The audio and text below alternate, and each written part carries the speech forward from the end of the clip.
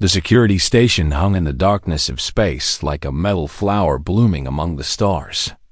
And inside its corridors walked creatures from 100 different worlds who had come for one purpose only: to prove they were worthy of carrying weapons in the name of the Galactic Trade Authority. Sergeant Yum Seo Yan stepped off the transport shuttle and felt the recycled air fill her lungs as she adjusted the strap of the unusual object slung across her back. And she knew without looking that every alien in the arrival bay had already noticed it. She was 34 years old, not particularly tall by human standards, with black hair pulled back in a tight bun and eyes that seemed to look through things rather than at them. And she walked with the quiet confidence of someone who had nothing to prove to anyone. The Varaks were the first to laugh. They stood near the processing desk.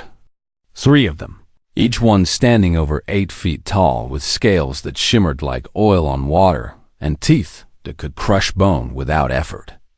And they were considered the finest predators in the known galaxy. Hunters whose ancestors had ruled their world for millions of years before they ever reached the stars. "Is that?" one of them hissed, his vertical pupils narrowing with amusement. "A stick with a string attached to it?" Isi Yin did not respond as she handed her credentials to the processing officer, a small Fulani with fur the color of rust and 3 eyes that blinked in sequence. Sergeant Yun Seo Yeon, human, assigned to Sector 7 patrol rotation, here for mandatory combat recertification, the officer read aloud. And then his middle eye focused on her back. "What is that weapon listed as?" "Traditional Korean recurve bow," she answered in a voice that carried no emotion. "Handmade, passed down through 3 generations." The laughter spread now, not just from the Varaks, but from others in the bay as well, including a cluster of Mithrani, whose insectoid bodies clicked with what passed for humor among their kind. And even a few humans in the corner shook their heads with embarrassment. One of the Mithrani stepped forward, his mandibles spreading wide in what might have been a smile or might have been disgust. "A child's toy from a primitive age, human. Did you bring it to entertain us during the certification process?"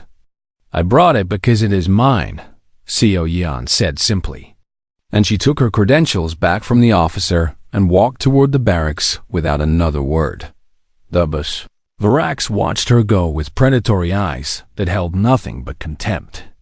And the largest of them, a scarred veteran named Commander Kethral, who had led security forces for nearly 200 years, spoke to his companions in a low growl. "Why the authority continues to certify humans for security work remains beyond my understanding. They are soft, slow, and weak. Their only advantage is their willingness to work for less pay than species who actually deserve respect." His companions laughed again. But across the bay, a younger Varax named Desik found himself watching the corridor down which the human had disappeared. And something in the back of his mind whispered a warning he could not quite understand. The barracks were divided by species, with humans occupying the smallest section near the waste processing units. And Seo Yeon found her assigned bunk and began unpacking her equipment with methodical precision. Her plasma sidearm went into the weapons locker, fully charged and properly maintained. And beside it she placed 3 extra power cells and a standard-issue combat knife, but the bow she kept with her, running her fingers along the curved wood as if greeting an old friend. "You know they are all laughing at you," said a voice from the doorway. And she looked up to see another human, a young man with nervous eyes and a fresh scar on his chin. "My name is Shen Wei. I arrived yesterday, and I have to say, bringing that thing here was probably not the smartest decision. The bow has been in my family since my grandmother was a girl." Seo Yuan replied as she sat on her bunk and began checking the bowstring for any signs of wear. "She survived things that would break most people. And she taught me that the weapon matters less than the one who holds it." Chun Wei shook his head. "The Varaks will never let you forget it. They already think humans are inferior. And you just gave them proof." "I gave them nothing," she said. What they choose to believe is their own concern. The certification process began the next morning in a massive arena at the station's core, where obstacles and targets had been arranged to test speed, accuracy, and tactical thinking. And nearly 60 security personnel from a dozen species gathered to demonstrate their worth. Commander Kethril stood on a raised platform with the other senior officers, his yellow eyes scanning the crowd below with the casual arrogance of an apex predator surveying prey. And when his gaze fell upon Seo Yeon and her bow, his lips pulled back to reveal rows of serrated teeth. "Human," he called out, his voice echoing through the arena. "I see you still carry your antique. Tell me, do you also bring stones to throw in case the string breaks?" Laughter rippled through the crowd, and Seo Yeon met the commander's eyes without flinching, her expression as calm and still as a frozen lake. It was then that Desik felt that strange warning again, stronger this time, rising from somewhere deep in his predator brain.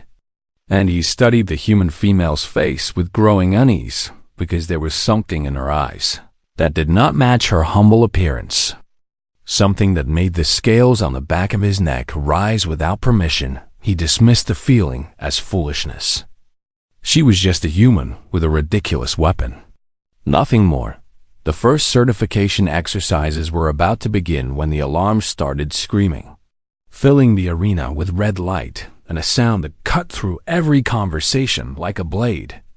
And every creature present froze as the automated voice announced what no one had expected. "Alert! Unknown hostile vessels detected. All personnel to combat stations. This is not a drill. Repeat. This is not a drill." Seo Yeon's hand moved to her bow, and for the first time since she had arrived, the faintest hint of a smile crossed her face. The station's nightmare was about to begin, and before it ended, every creature who had laughed at her would learn a lesson their species would never forget. The power died in waves across the station, rolling through corridors like an invisible tide that left darkness and panic in its wake. And with it went every plasma weapon that the galaxy's finest security forces carried. Commander Kethril roared with fury as his integrated claw cannons flickered and went dead. The advanced technology that had made the Varax feared across 1,000 star systems, now nothing more than useless weight attached to his arms.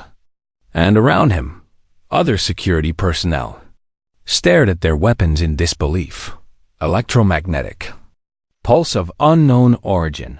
The station's backup systems announced in a calm voice that seemed almost insulting given the circumstances. All plasma-based weaponry offline. Estimated restoration time unknown. Hostile boarding parties detected in sectors 3, 7, and 12.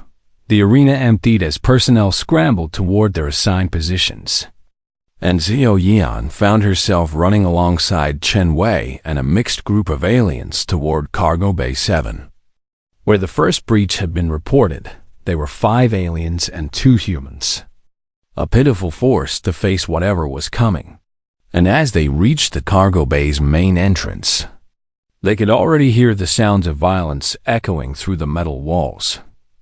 "Sorry," one of the aliens hissed. A Mithrani scout whose compound eyes reflected the emergency lights like 1,000 red stars. Bioengineered soldiers. They do not feel pain, and they do not stop until they are dead. Seo Yeon had heard of them. Slave warriors created by the Dominion of Ash. Grown in vats and programmed for nothing but slaughter. And according to the reports, there were at least 20 of them on the other side of that door. "Our weapons are useless," another alien said. A Fulani whose fur had gone pale with fear. "We should retreat and wait for power restoration. There is no time." Commander Kethril growled as he pushed through the group, his massive form blocking the corridor. "Those things will reach the civilian sectors in minutes if we do not slow them down. We hold here with claws and teeth if we must." Chen Wei's hands were shaking, and Seo Yeon could smell the fear coming off him in waves as he turned toward the maintenance tunnels that led away from the cargo bay. I cannot do this, he whispered. I am sorry. I cannot. He ran. He made it perhaps 10 meters before a Cathsari burst through a side hatch and tore him apart with claws that gleamed like black glass. And his scream echoed through the corridor for a single terrible second before it stopped forever. The Cathsari turned toward the remaining group, and more of its kind poured through the breach behind it. Gray-skinned nightmares with 4 arms and mouths full of needle teeth. And they moved with a speed that seemed impossible for creatures of their size. Defensive positions, Kethrol commanded. We die with honor. Asio Yeon stepped forward, and in one smooth motion, she drew an arrow from her quiver and knocked it to the string of her grandmother's bow. And the aliens around her watched with expressions that ranged from pity to disgust. Foolish human, the Mithrani scout clicked. That thing will not even pierce their skin. She did not answer. The first Cathsari charged, and Seo Yin drew the string back to her cheek in a movement so practiced it seemed like part of her heartbeat. And she released. The arrow flew in perfect silence, cutting through the stale air of the cargo bay without a sound. And it struck the charging Cathsari directly in its left eye, punching through the soft tissue and into the brain behind it. And the creature dropped mid-stride like a puppet whose strings had been cut before its body hit the ground. Seo Yeon had already knocked a second arrow. Draw, aim. Release. Another Cathsari fell with an arrow in its throat. Draw, aim. Release. A third collapsed as the shaft found the gap between its armored chest plates. She moved through the motions with a speed and precision that seemed impossible, each shot finding its mark with deadly accuracy. And the aliens around her had stopped preparing for death because they could not look away from what they were witnessing. Commander Kethrol felt something stir in the deepest part of his predator brain, something ancient and primal that his species had not felt since their ancestors first climbed down from the trees of their homeworld. And it took him several seconds to recognize the emotion. It was not fear of the Cathsari, for he had faced worse enemies in his 2 centuries of life, but fear of the small human female who stood beside him with her primitive weapon, putting arrows through enemies at a rate that should have been impossible. Essex stood frozen, watching Seo Yin's face as she killed, and what he saw there terrified him more than any Cathsari ever could. There was no anger, no fear, no excitement, only absolute, perfect calm. The same expression she had worn when they mocked her in the arrival bay. This was not a scared human fighting for survival. This was something else entirely. The Cathsari seemed to reach the same conclusion, because suddenly all 20 remaining raiders stopped their advance and turned their attention toward the human with the bow, recognizing her as the only true threat in the room. They are all coming for you, Desik warned. His voice barely above a whisper. Seo Yeon reached back and counted her remaining arrows by touch, never taking her eyes off the enemy. Good, she said. And there was something in that single word that made every predator in the room want to run. They can come together. She raised her bow, drew back the string, and waited for the nightmare to reach her. The Cathsari charged as one, a wave of gray death screaming toward a single human who stood her ground as if she had never learned how to retreat. And the last thing Desik thought before the violence began was a question that would haunt him for the rest of his days. What kind of creature looks at death rushing toward them and smiles?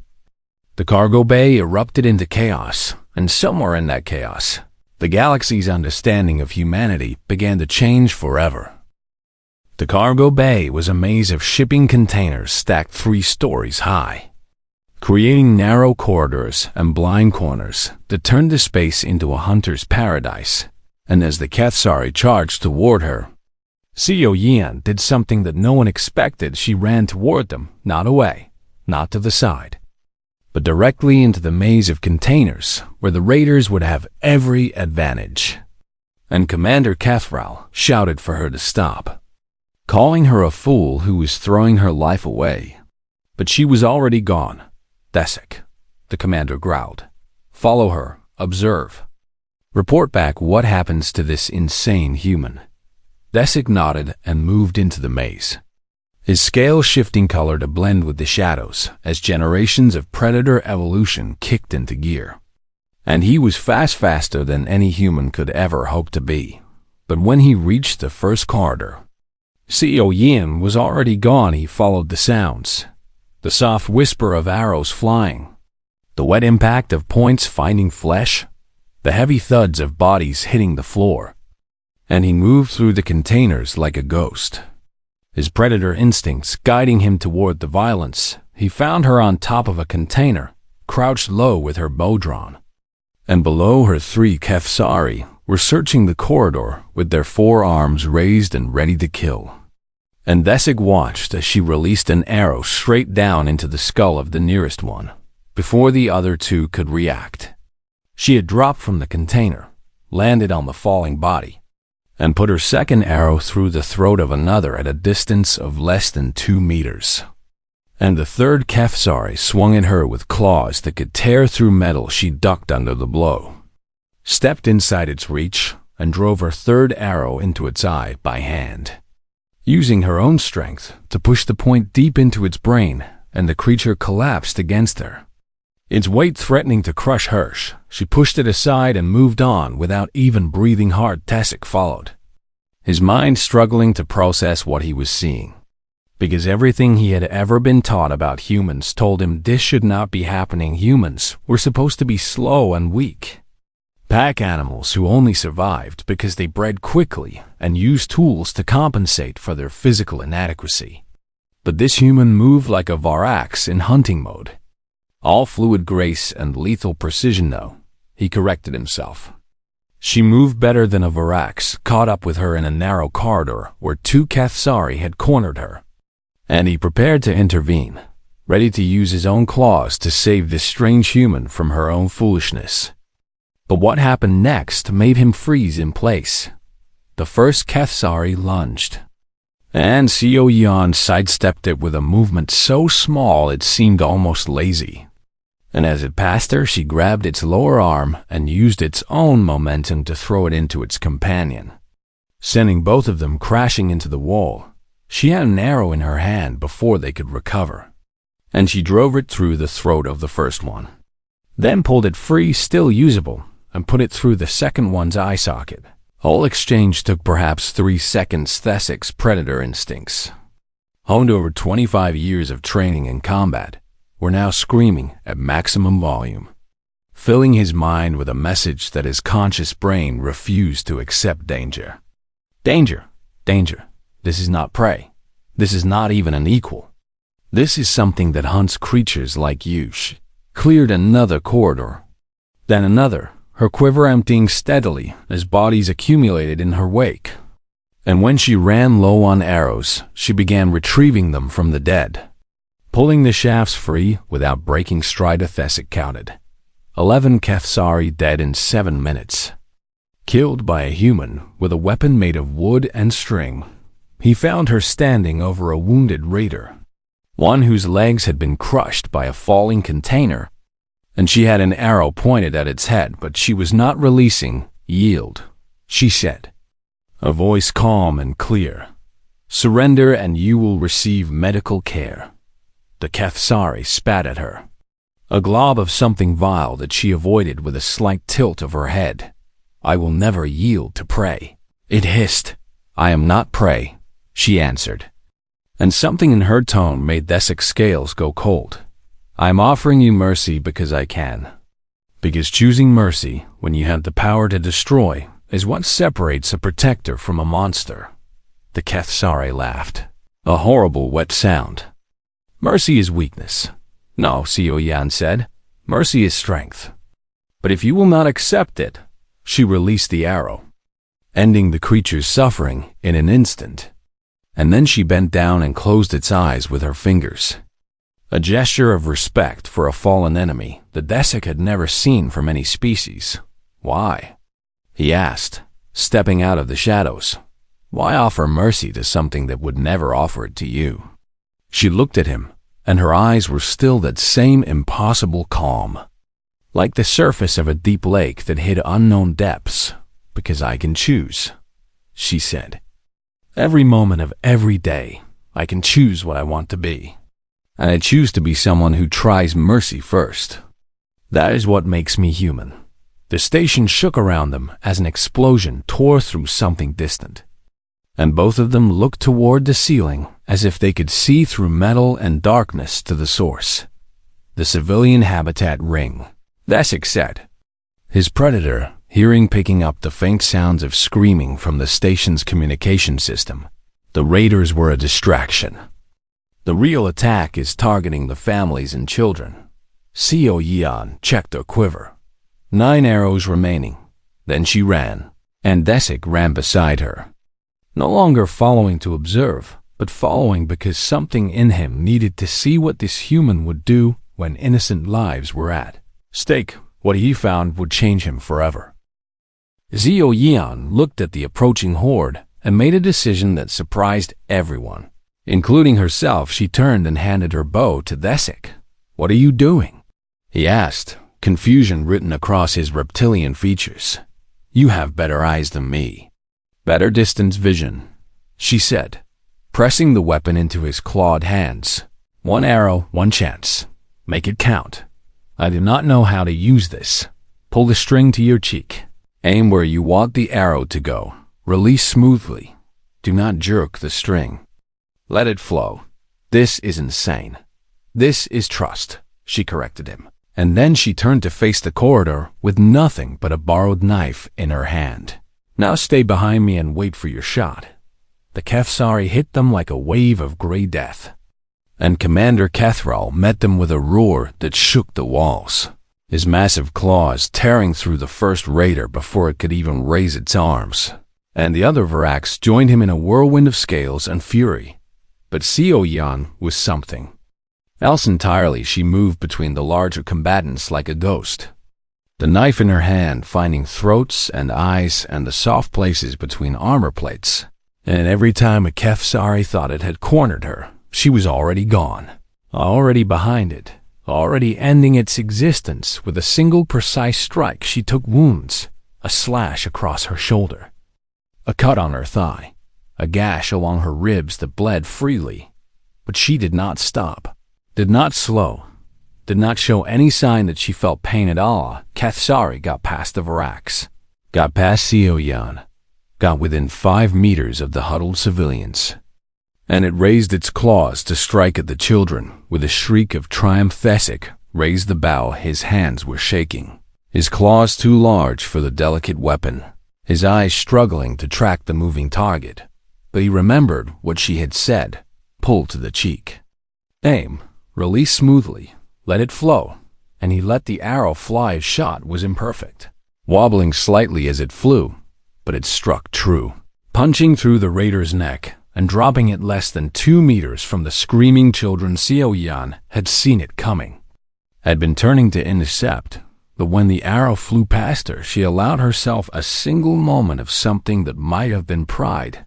Then she was moving again, killing again, protecting again. The fight seemed to last forever, a nightmare of blood and screaming and the endless gray bodies of Kefsari pouring through the corridor.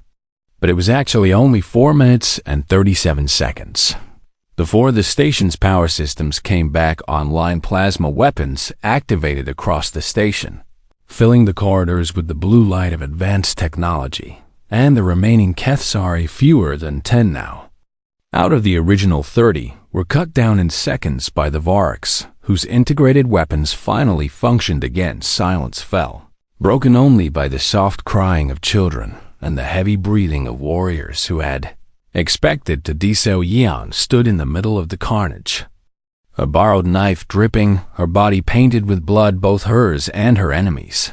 And when she turned to look at the civilians she had protected, little Tavani broke free from the Fulani woman and ran to her. "You were brave," the child said, wrapping her tiny arms around Seo Yeon's legs. "You were so brave." Seo Yeon knelt, ignoring the pain from her wounds, hugged the child gently. "You were brave too, Tavani. You were so brave." Then her eyes rolled back and she collapsed. blood loss finally claiming what her will had refused to surrender. 3 days later, Seo Yan woke in the medical bay to find Commander Cathrall sitting beside her bed. It was such an unlikely sight that she wondered briefly if she was still unconscious and dreaming. But then the old Varak spoke, and his voice was unmistakably real. 200 years. He said slowly, as if each word cost him something. I have lived for 200 years. I have fought in 17 wars. I have killed more enemies than I can count. And I have never seen anything like what you did. She said nothing. Waiting, I mocked you, he continued. I mocked your weapon. I mocked your species. I believed humans were inferior because you lacked claws and fangs and scales, because you were soft and small and easily broken. He paused, and when he spoke again, his voice was different. Softer, almost humble. I was wrong. Seo Yan shifted in her bed, wincing at the pull of her stitches. The bow does not make me dangerous, Commander. It is just wood and string. What makes me dangerous is the same thing that makes all humans dangerous. We do not stop. We do not quit. And when we love something or someone, we will burn the universe down to protect them. Why the bow then? He asked, genuine curiosity replacing the contempt that had filled his voice before. You could carry plasma weapons like everyone else. She smiled. And it was the same warm smile she had given little Tavani in the classroom. My grandmother gave it to me.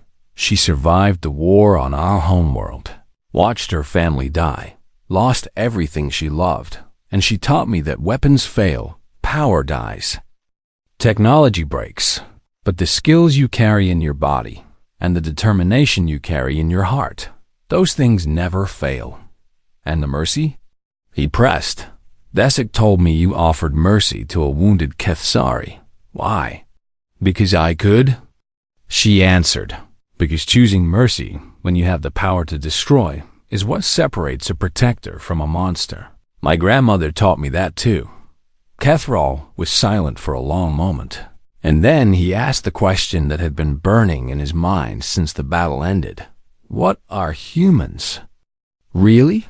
Seo Yan looked at him with those calm, deep eyes that had terrified Desik in the cargo bay, that had remained steady even as she faced certain death. We are what we choose to be, she said.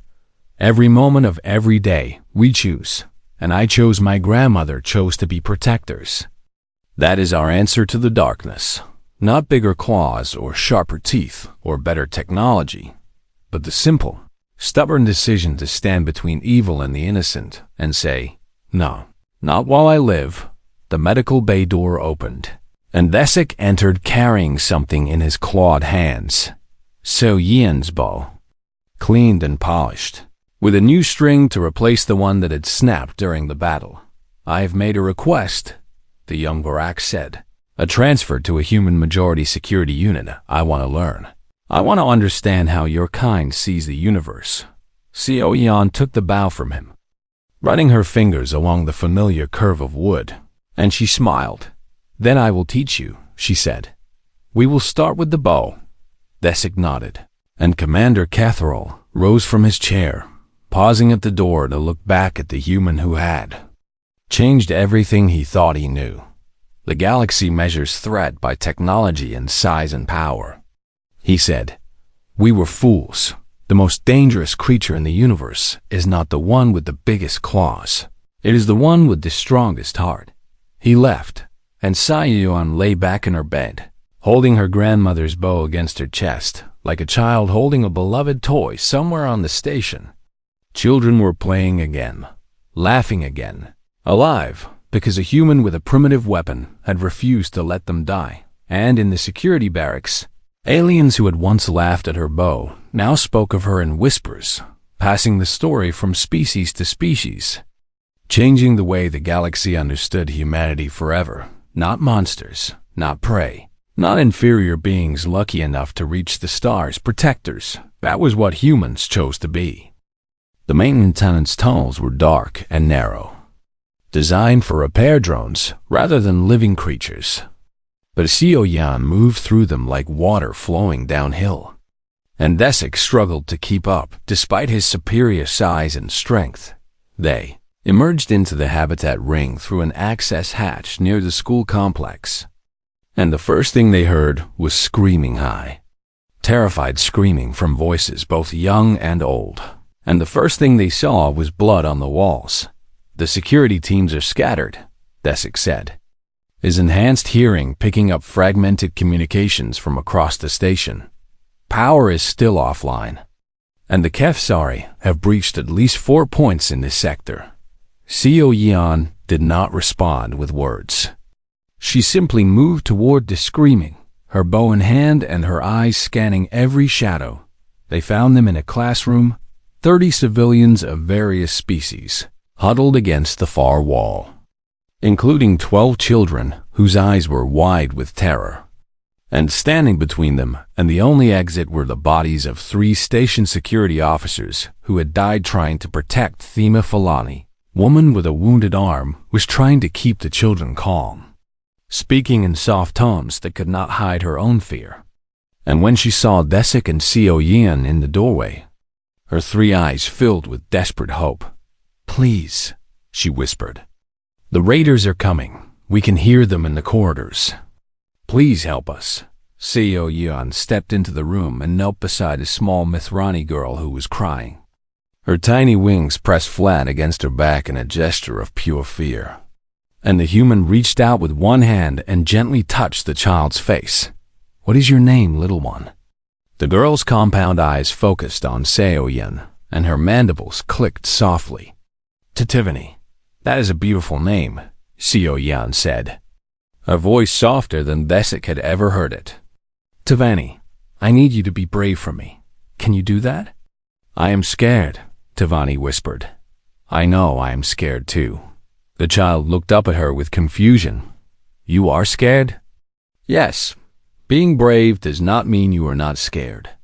Being brave means you are scared, but you protect people anyway."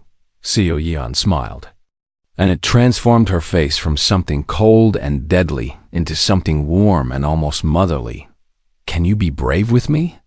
Tivani's wings lifted slightly, and she nodded. Seo Yeon stood and turned to face the doorway, and the warmth disappeared from her face like the sun being swallowed by clouds, replaced by that same terrible calm that made Desik's predator instincts want to flee. "Desik, take the civilians to the back corner.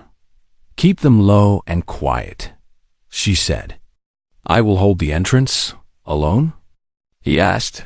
"The doorway is narrow. Only one of them can come through at a time. It is the best position. You have 9 arrows. Then I will kill 9 of them.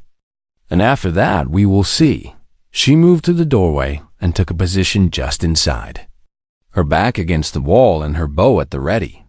And Desik herded the civilians to the far corner where they pressed together in a frightened mass of scales and fur and chitin. The HFY came. They came screaming down the corridor. 8 of them in the first wave, their forearms flailing and their needle teeth gleaming in the emergency lights. And Seo Yeon stood in the doorway like a statue carved from stone.